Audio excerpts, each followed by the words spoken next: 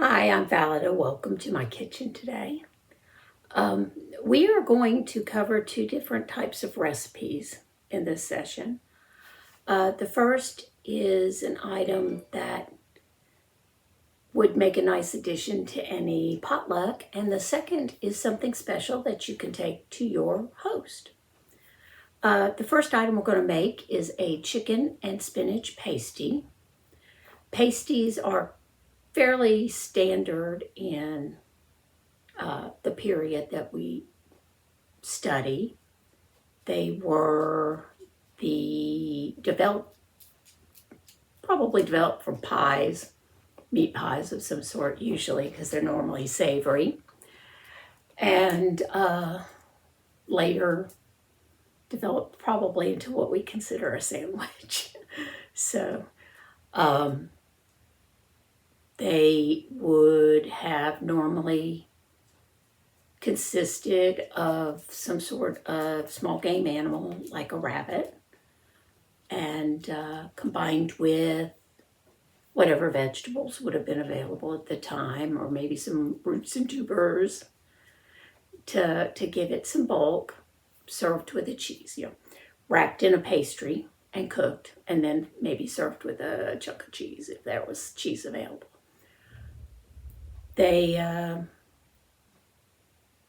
Today's recipe is going to be a little more simple than that. We are not going to be using a heavy pastry dough. We are going to be using a puff pastry dough. And for the sake of expediency, we are not making our pastry dough, though puff pastry is pretty easy to make, and we can probably do that in a future lesson. But we're going to use a store-bought puff pastry dough, and then we are going to be using shredded chicken, spinach, and garlic together with some other items. So that's the first recipe for today. The second recipe is an eggnog. Eggnogs believed to have been developed from an early drink called a posset. A posset would have been curdled milk that would have been combined with ale, maybe a beer or an ale, whatever alcohol was available, and served to infirmed individuals or people who were sick with colds or flus, that kind of thing. It was medicinal. The posset later developed and kind of split. The drink that developed into the eggnog started being combined with maybe better milk than curdled milk, creams for the rich, milks for the poor, or lower class, or whatever. Combined with spices if you had them, sugars definitely. If you didn't have sugars, might have been combined with dried fruits that were available, something to give it some sweetness, and rose water, possibly rose water if available. The upper classes would thicken theirs with cream or curds, while the lower class or working class would use something less expensive like eggs. Now, the recipe we're using is easy, despite the fact that we will be cooking it. Now, I know that there are discussions, debates, whatever, about whether or not it is necessary, if you are adding alcohol to your eggnog, to cook your eggs. I do know that there are special pasteurized eggs that you can buy that don't require cooking. For the sake, just to err on the safe side, we are going to cook ours today. But I promise it will still be easy. So I'm going to go tie my hair back, and we will get started. Thanks. Okay, let's take a quick look at the tools and ingredients that we will need for our chicken spinach pasties. For tools, you will need some parchment paper, a medium-sized mixing bowl, a slightly smaller mixing bowl, a cookie tray, a spatula, a pastry brush, a small whisk or a fork. I'm going to just use a fork because it'll be easier. Some measuring cups and measuring spoons. You will also need something to act as a timer, a clock or a timer or whatever, and an oven, which you should go ahead and preheat to 400 degrees. As for our mise en place, our ingredients, you will need about a cup of chopped spinach cooked and drained, about a tablespoon more or less to taste of olive oil, approximately 3/4 of a cup of Parmesan cheese. Now you can use shredded Parmesan cheese if you prefer, but honestly, I don't see where it makes much of a difference in this recipe. It's kind of the same with the chopped minced garlic. You could get all garlic cloves and mince your own if you prefer, but I find it easier to just use the garlic that you can get in a jar. You'll need about 3/4 of a tablespoon, more or less. Again, this is a to taste kind of thing. You will need 1 to 2 eggs. I've only cracked one here, of course, because I'm not sure if I'll need 2. It depends on the consistency of your mixture. The egg is a binder. You'll need approximately 1 cup of chopped, shredded, cooked chicken. Now, I usually like to get boneless, skinless chicken breasts, and I will simmer those till cooked in water with a little butter, poultry seasoning, paprika, onion salt, garlic powder, not onion salt, excuse me, onion powder, garlic powder, and seasoning salt, and maybe a little pepper. But there's nothing that says you can't get like a cooked chicken from one of your local grocery stores and chop that up. It works just as well. Anyway, you will also need some puff pastry dough. Okay, we're going to get started putting together our pasties. Just realized I'm getting ready to prep my dough. And what I've done is I've taken a piece of this parchment paper and lined my cookie sheet with it so that stuff won't stick. And so I've got that ready. And I've got my puff pastry dough laid out. Now, when using the refrigerated dough, you should obviously keep it refrigerated until you're ready to use it. It's not good to freeze this dough. When you make homemade, you can freeze it in advance, but the prefab goes in the refrigerator. You use it fairly quickly after you purchase it. And it can be, I don't know if you can see here, but there are some pull places from where I had to remove it from its original wrapping. If it does get too sticky for you, you can use flour, but you have to think that adding flour to your dough is going to make it tougher. You know, debate that if you want to. A lot of times what I do with pastry dough of this type is I'll just stick it back in the refrigerator for a minute or two to help the butter. Usually it's puff pastry dough usually is made with butter. Helps the butter firm up a little bit more, holds it together, and it's less sticky to work with. So that's what we're doing here. And of course, I think I neglected to include a knife. Checking my other camera.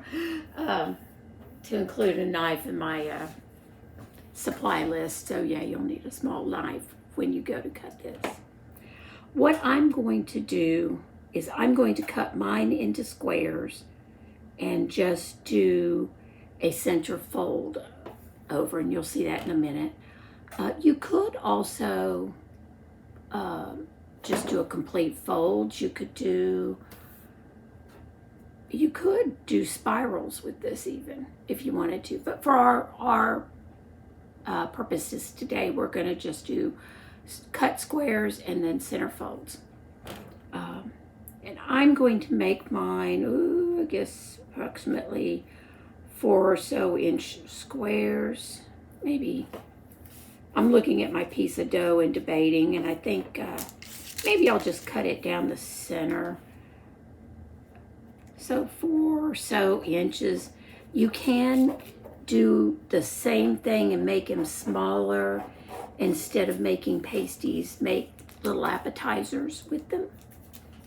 But they don't have to be perfect. You're going to play with them a little bit. So I'm going to just cut some squares here, gently. I'm just kind of using the tip of this knife because this dough is a little delicate. And I'm going to place the squares directly on my cookie sheet once I have them cut. So we'll just start out with 3 since we're doing examples. Start out with that. You know, you can obviously and would obviously do more when you start baking a batch of these.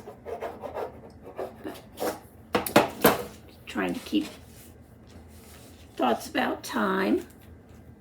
So I'm going to start out with 3. And I'm just going to cut this. And I'm going to sit them to the side and prepare my filling mixture. So these will be ready to go with the next batch. 1, 2, 1, 2, 1, 2. Take this, put it to the side, put the dough to the side until I'm ready to do my next batch. And we're going to work on combining our filling. So, I've got a mixing bowl here. Make sure everything's okay. That's 1 egg that I've put a dollop of water in and mixed it up. That's going to be my egg wash. Mix it up with my fork. Sit it to the side. Okay, into our mixing bowl. Everything goes at once. Chicken, garlic. I think I may have put the spoon off before too, but I'll be perfectly honest.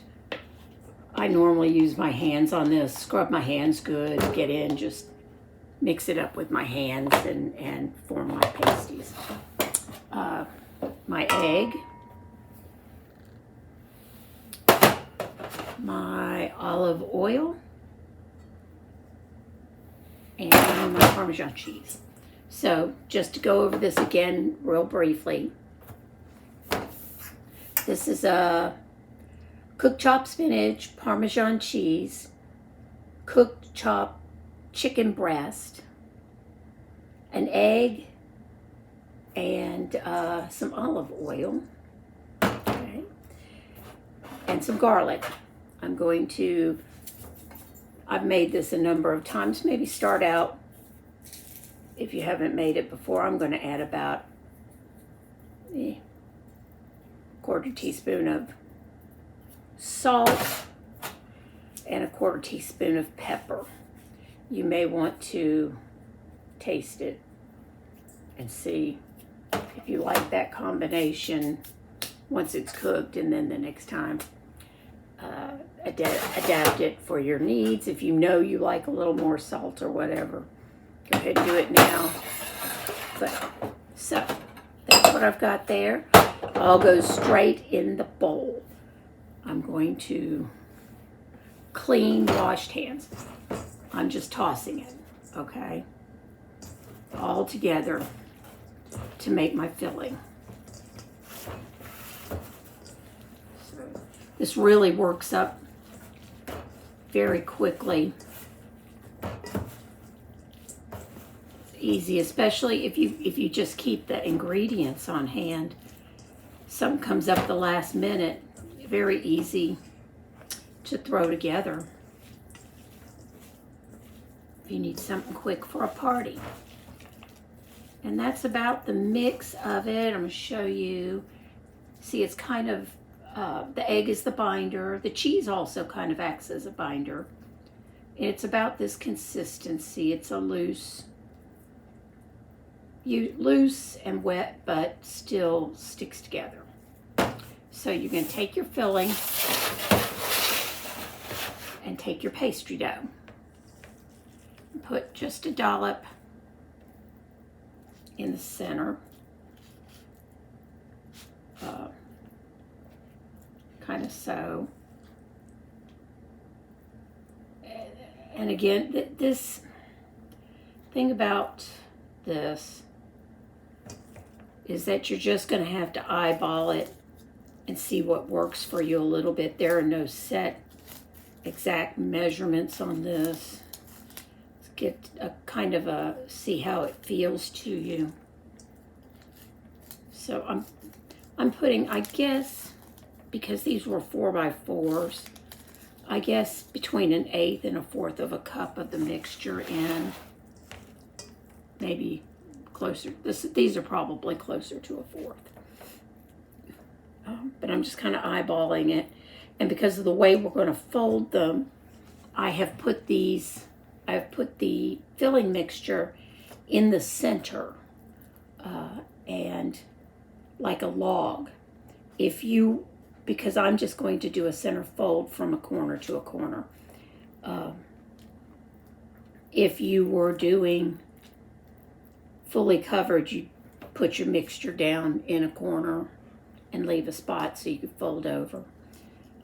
But these, because we're kind of wanting them to look pretty, party pretty, spread that out a little bit because I want it almost but not quite to the edge, because I don't want the filling to totally ooze out. You're going to get some, that's a technical cooking term, isn't it? You're going to get some ooze. You know, as your cheese melts, because this does have a good bit of cheese in it, as your cheese melts, it's going to spread a little bit. So not quite totally to the edges, but close. Okay. And then by the center fold, you'll see I'm taking the, just taking these edges and wrapping them one over top of each other. That's how I'm going to do these. So.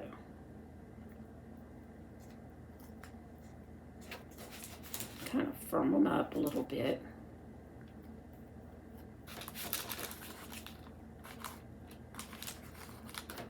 Oops. There we go. And I'm going to put these along the edge here and get some more of my dough. These will not spread out too far, but you do still want to leave some space in them. I think maybe the next one I'll just, so we have an example.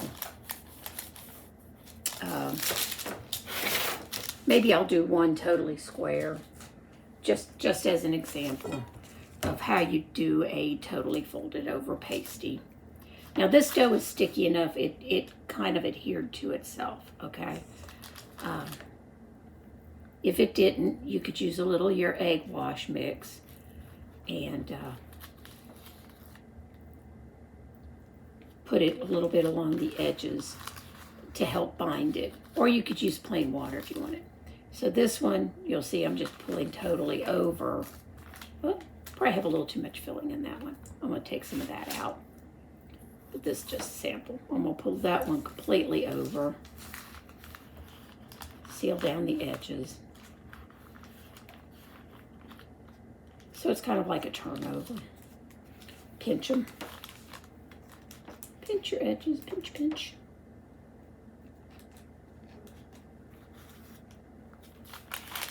And that would be a more traditional look.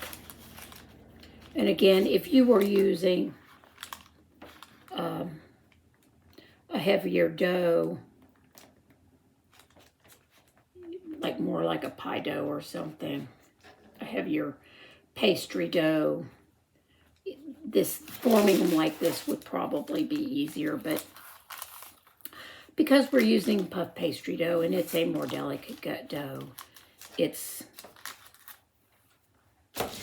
you know, it's a little softer to work with. So again, if it's too soft, you can put it in the freezer, firm it up. So anyway, I'm going to center these a little bit.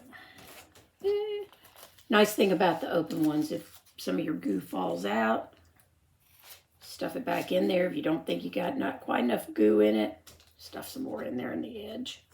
There you go. Kind of just play with them.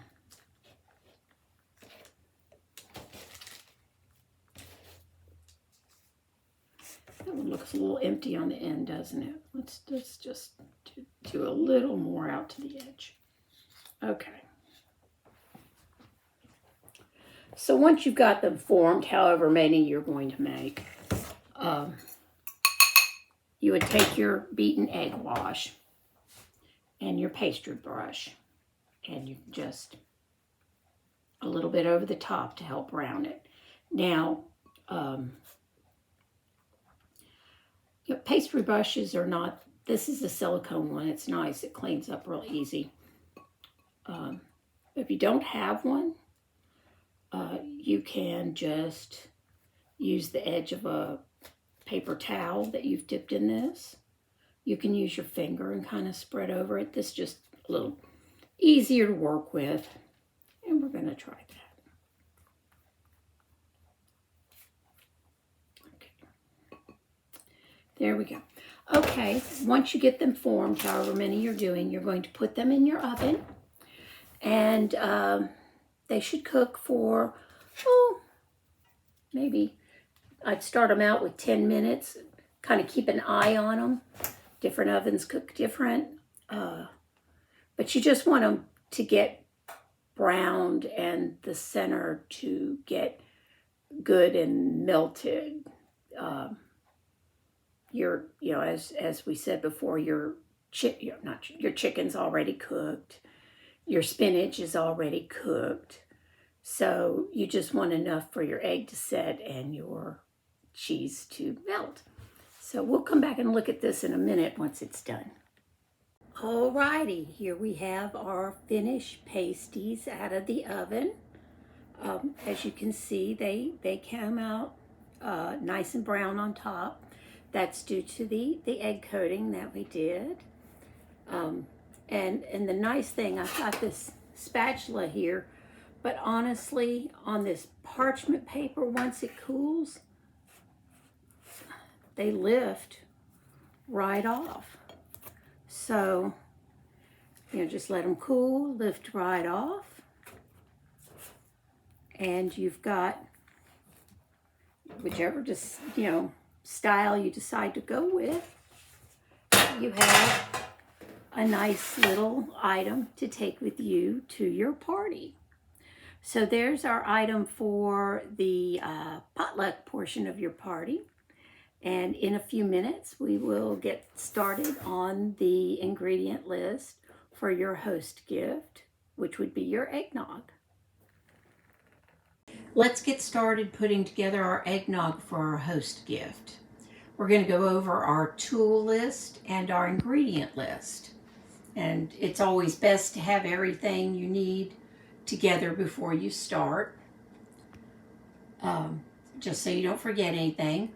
One of the first things I would suggest, especially if it's a recipe that you don't make a lot or you only make once a year, would be a copy of your recipe. For this one, you will also need some sort of a cooktop, whether that's a separate unit like I've got here, or you can use your stove, of course.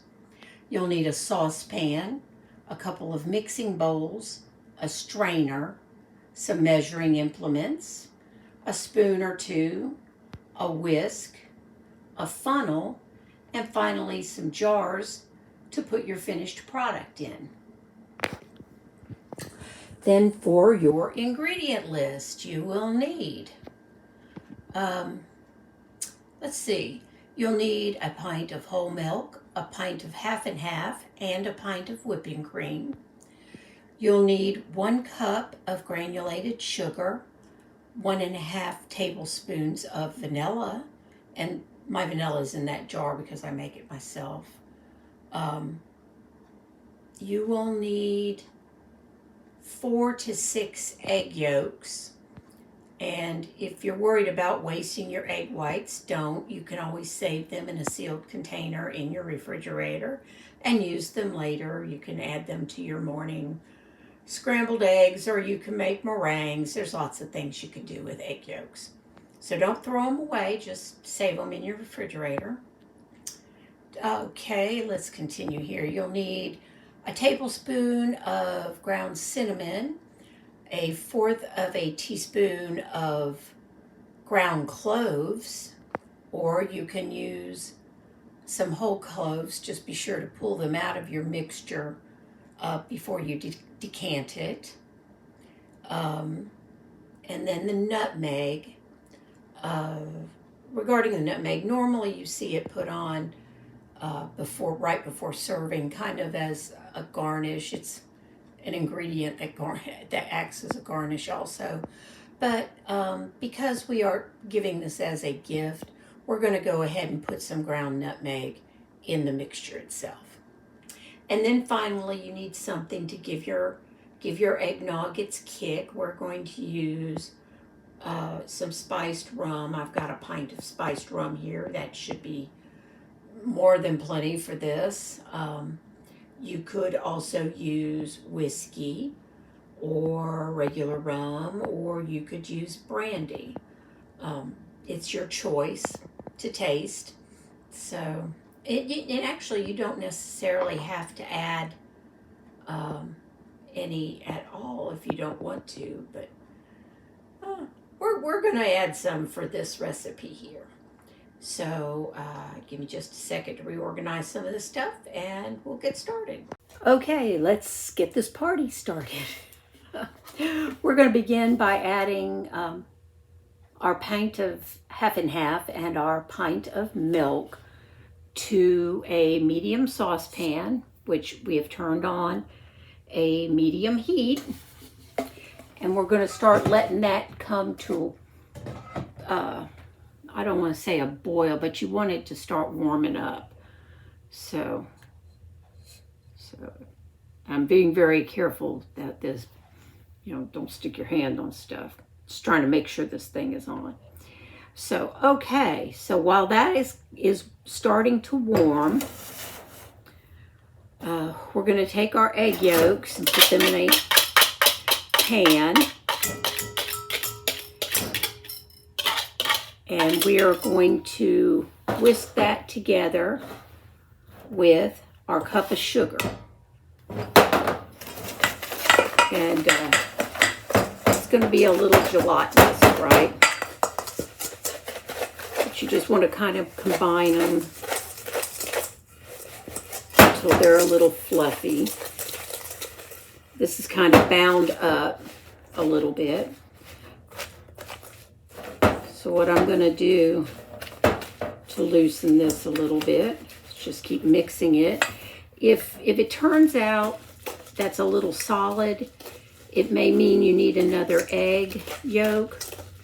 But in this instance, I think I'm just not quite hitting it hard enough, whisking it hard enough. I have a little arthritis in my hands, and sometimes I have dexterity problems. If that happens, there's no reason why you have to use a whisk. You can use a hand mixer or something like that, but I think I'm going to try and persevere a little bit on this. I'm going to put this over here and just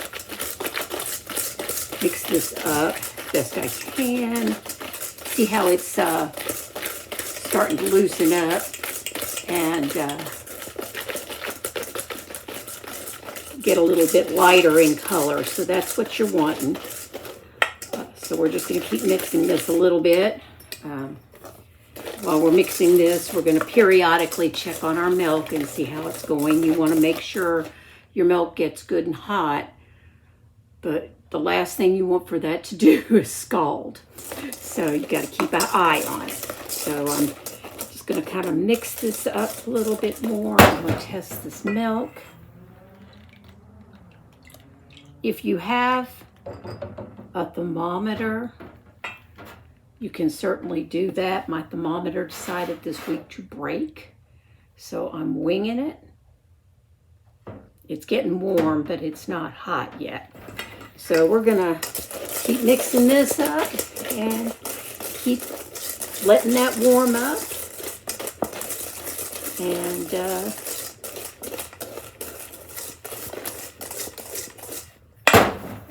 And we'll come check it in a minute and see if it's ready to start with phase 2. Okay, we've now gotten our egg yolks to a frothy color. It took a little bit. I should have probably broken down and used the mixer after all, but that's good. But and as you may be able to see, I don't know if you can see it on the video, our milk is starting to steam, but it's not boiling yet, but it's getting a bubble here in two. So I'm going to go ahead and pull that off. And what I want to do now at this point is I'm going to temper my eggs with my hot milk. And the way you do that is to just a little at a time. You're going to take your whisk, you're going to take a spoon or so of hot milk, a little at a time, and you're just going to mix it into your egg. The idea is to try and bring your egg mixture to warm without curdling it. So just a little bit at a time until you get all of the milk mixture, the milk and half mixture that you've got here, constituted into your eggs. This may take a few minutes to do. It's going to take a few minutes to do. You can't rush this, okay? Because you do not want this mixture to curdle. But the more you get in, you start out, with a tablespoon or two of milk and mix it in, and then you can start adding more and more as the mixture warms up. So, and we're just mixing it in. I don't know if you can see that, but it's starting to loosen up. It's gotten lighter in color. So hopefully before long we can start pouring instead of spooning, but it's like each time I do it, I add another extra spoon or so. We're going to get this in here, incorporated.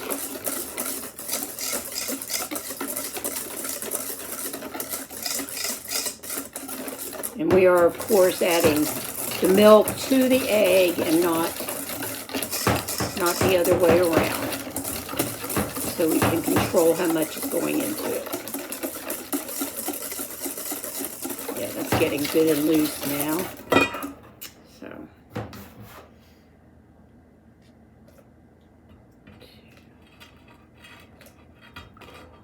So I'm going to keep doing this until it's all incorporated, and then once that happens, we'll be back. Alrighty, I've gotten all of my milk mixture incorporated into my eggs, and it's slightly frothy. Looking to see, make sure my camera was right. It's slightly frothy, excuse me, and mixed. together, so I've just been beating it. So what I did, once I got that incorporated, I took my saucepan, because this is going back into it, and I cleaned it out.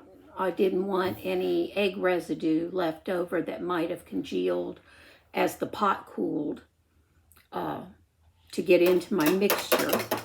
So I cleaned my pot out, but now I'm going to put it back on the heat, and I'm going to put my egg mixture back into the pot to heat it again.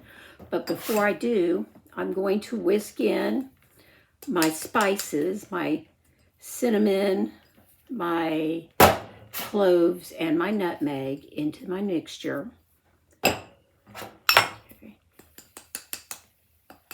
Okay, and I'm also going to add a tablespoon of my vanilla. The other half a tablespoon I'm reserving for later. So I'm going to mix all this into the milk and egg.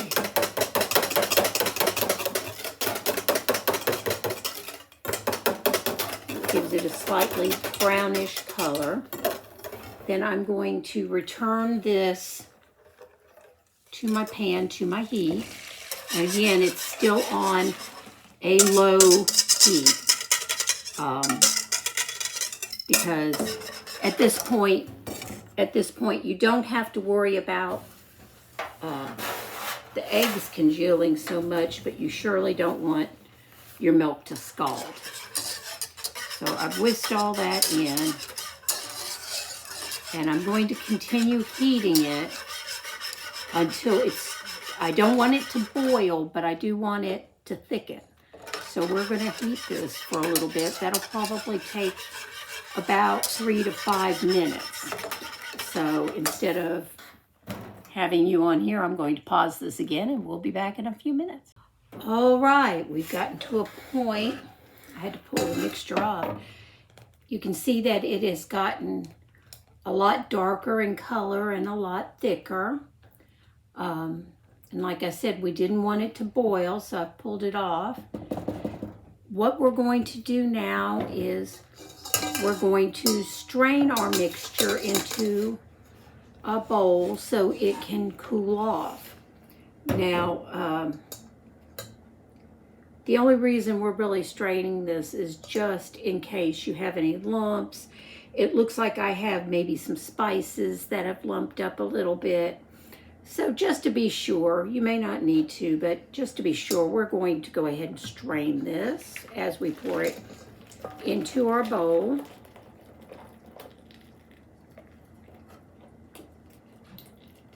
Okay. Now, it doesn't look like it's set any, but so now what I have is my, let me see it, a nice creamy mixture. This is going to need to cool before we do our final touches on it. It will probably need to cool for about an hour. You don't want to set this into the refrigerator at this point for one reason. For one thing, it could hurt some other items that you have in your refrigerator. But nor do you want it to cool too quickly. So we're just going to cover it lightly and allow it to cool to room temperature on the counter. And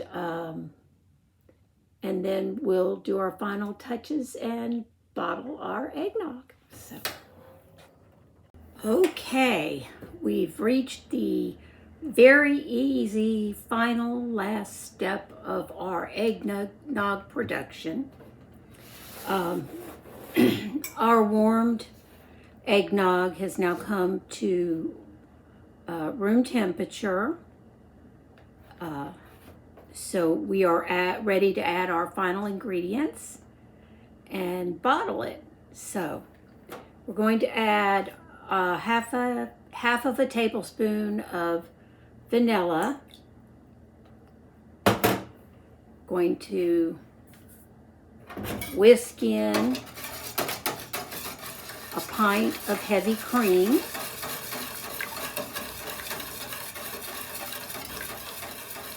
Just so we're not trying to make whipped cream of this. We're just trying to get it incorporated into our liquid and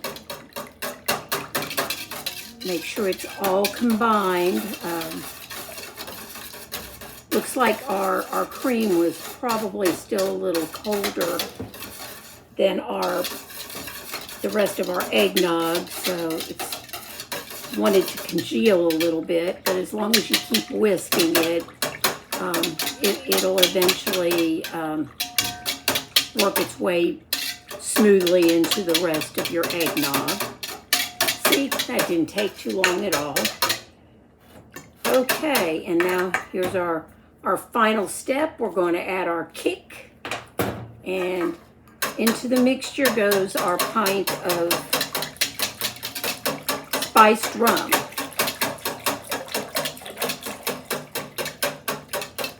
Okay, we're going to mix that all real good into it. And, okay. That's that on that. All we're going to do now is bottle our liquid. Bottle our eggnog and let it chill for 6 to 12 hours, and then you've got a nice gift. This is definitely something that you want to do in advance, but you can do a lot in advance and have a bottle to take to any of your holiday parties. So what I've done here, you see I've got my bottle. You can do this over the sink if you want to, because it is possible to spill, but I just put my bottle in a cup to catch any drippage. Funnel, right? I've got a nice little scoop, and I'm just going to carefully bottle this up because I don't want to waste any of my eggnog. Just so. These are nice little bottles, inexpensive bottles that I got at IKEA. If you're looking for nice little bottles, they have some good options there. You can also order bottles on the internet. I like these because you can't lose the lid. So just get this all in here. Nice to go. Whoop.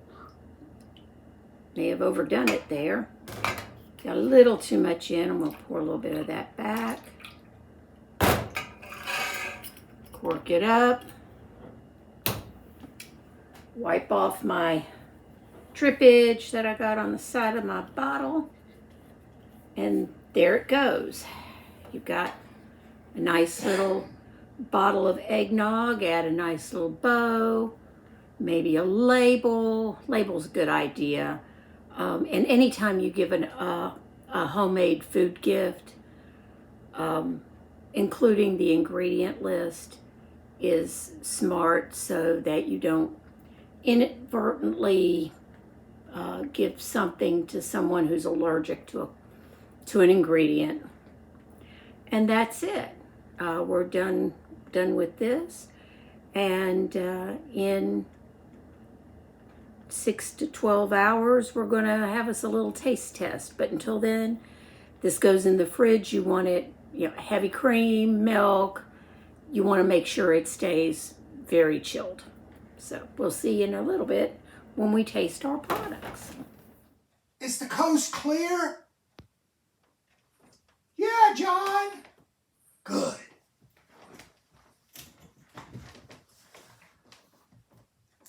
One for you and one for me, honey.